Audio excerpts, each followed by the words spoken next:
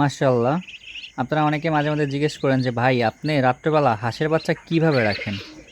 আসলে এখানে দেখেন আমার 20 দিনের চীনা হাঁসের বাচ্চা আছে, তাও আমি লাইটের নিচে রেখে দিছি এই জন্যই, কারণ ওরা হচ্ছে ঠান্ডায় বেশি সমস্যা করে, ঘাড় বেঁকা হয়ে ঘাড় লড়তে থাকে এই জন্য।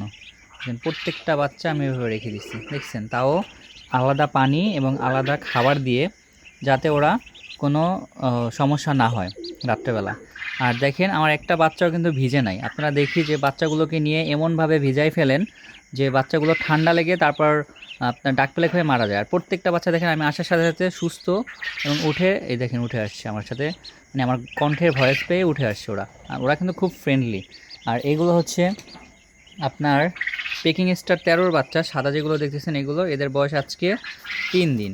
মাশাল্লাহ বাচ্চাগুলোর গ্রোথ খুবই ভালো। এই দেখেন আরও কত হেলদি, এবং এই দেখেন দেখছেন